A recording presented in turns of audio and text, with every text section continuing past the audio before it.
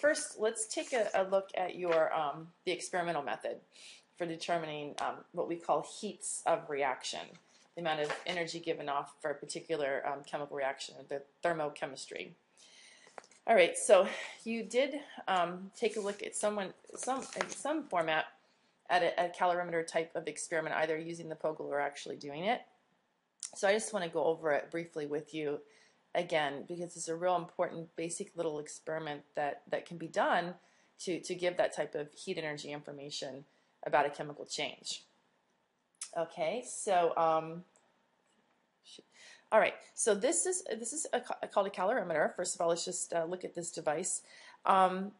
This particular device, it might be different. If you did one in your in lab, a lot of times what people do is use a coffee cup calorimeter, which is just really a styrofoam cup with a lid on it and a little hole at the top for a thermometer to go down in. Okay, and then you put water in it, and then you start off at room temperature or whatever, and you put in some reactants for an aqueous chemical reaction. It's something that's going to be reacting in water, and so you just look at the change in temperature of the water. Okay, this is a coffee cup calorimeter type of deal. All right, and so in this case, the way you calculate the amount of heat or the heat of reaction using a coffee cup calorimeter is that you would throw the reaction in there, and you would just monitor the change in temperature of the water. So you would check the temperature before you start, and that would be your initial temperature, and then you would check the temperature when you're finished, and that would be the final temperature. So say you start off at like 23 degrees Celsius or something, and you end up at 40 degrees Celsius when you're finished. Then you would, from those two numbers, you would get the change in temperature, which is always the final temperature minus the initial temperature. And in that case, in this case, it would be a 17 degrees temperature change. All right, and based on the change in temperature, then you could calculate the amount of heat that was given off on whatever chemical reaction you were running in there, because what you learned from the Poggle exercise is that water and every substance has something called a heat capacity, and the heat capacity is the amount of heat energy that's absorbed per gram of substance, and it's related to the change in temperature. Okay, it's the amount of heat absorbed for 1 degree temperature change for 1 gram. All right, and so that's called the heat capacity. So we know the heat capacity of water, and which is 1 calorie per gram per degree Celsius. That's the definition of a calorie, as a matter of fact. And so the heat given off by that particular chemical change would just be Q. Q, remember, is our symbol for heat.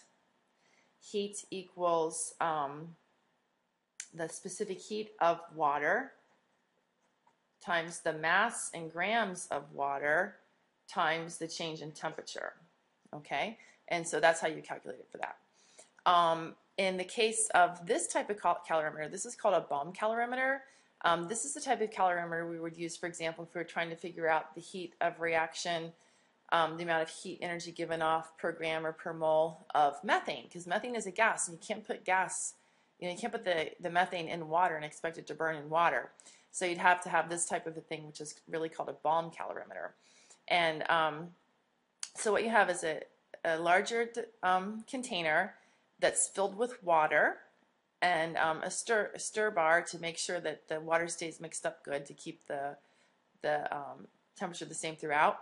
And you got a place for a thermometer that's immersed in the water, and then you have this little reaction device, which is sometimes called the bomb. The reaction chamber is called the bomb.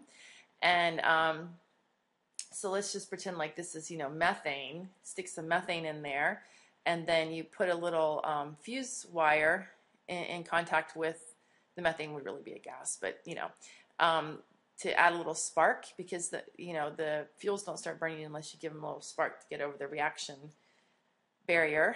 And so anyway, you put a little spark in there, and you let the reaction run, and heat energy is given off in all directions. So this little bomb is going to heat up, but it's in thermal contact with the water, and the water is going to heat up. So the temperature of the water is going to be the same as the temperature of the bomb. And in this case, when you're trying to figure out, how much heat energy is given off by a certain amount of fuel, it would be the heat energy is going to be equal to the total mass of the water that's surrounding this whole big thing times the change in temperature of the water times the heat capacity of water, plus the change in the heat that's absorbed by this little bomb thing. And normally the bomb thing itself will be calibrated, and it will have what's called a calorimeter constant, and it will account for all the different materials that are in this device. So rather than the heat capacity of the device, it's called the calorimeter constant, and that's just C times change in temperature. Okay, and within this constant is the mass of the whole thing and the heat capacity of it. So it'd just be C. This C is the calorimeter constant. Okay, so it's the same concept as your simple coffee cup calorimeter, only sometimes there's two parts. And then finally a third, and it's all the same concept, but sometimes with these types of calorimeters, the whole thing is calibrated. The amount of water and the bomb and everything is just calibrated into one calorimeter constant, and in that case the equation would be just Q equals change in temperature times the C in this case is the calorimeter constant, which takes into effect all parts of the calorimeter. Okay, it's all the same concept though. All you're doing is monitoring the change in temperature while the reaction is occurring, and understanding the concept of heat capacity. You can then calculate how much heat the heat that's absorbed by the surroundings, which could be the water and the bomb thing, or just the water in this case, or the water and the bomb thing combined into one constant anyway, but the heat absorbed by the surroundings, however you define them, is going to be equal to the heat given off by the chemical reaction, and in that way you can determine the heat of reaction for the reaction. So you should have done that in a lab or in the POGO, but I just wanted to go over it with you briefly before we go on. And so I'll give you a couple homework problems to practice with that, and you should probably practice them in small groups. Since I didn't do any examples here, you would have done it in your POGO exercise. Okay, but the big idea then behind all of this is the experimental way of determining the amount of heat that's given off by a certain chemical reaction. Now, if the temperature goes down across the chemical change, then that would tell you that much heat is being absorbed from the surroundings. So in that case, it would be heat is actually energy is being absorbed by the reaction. Okay, so heat can be given off or absorbed.